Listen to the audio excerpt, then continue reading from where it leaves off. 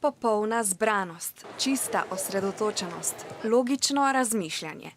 V 12 dneh je skoraj 1600 šahistov iz 91 držav sveta odigralo 9000 partij. Za šahovnicami so sedeli po 7 ur dnevno, še pred partijo pa so s trenerji proučevali igro nasprotnika.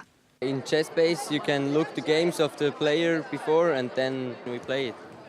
Šah je miselno tako naporna igra, da ga uvrščamo v šport, in tudi pri kraljevi igri se je najtežje soočiti s porazom. I lost the first 3 games, so I was like, no, I don't want to play chess anymore and stuff like that. But then you need to have the courage to carry on because you are going to have your ups and downs in chess. You can't just quit every time you have a loss. Ne le, ker se naučiš sprejemati poraze, šah ima tudi sicer pozitivne učinke.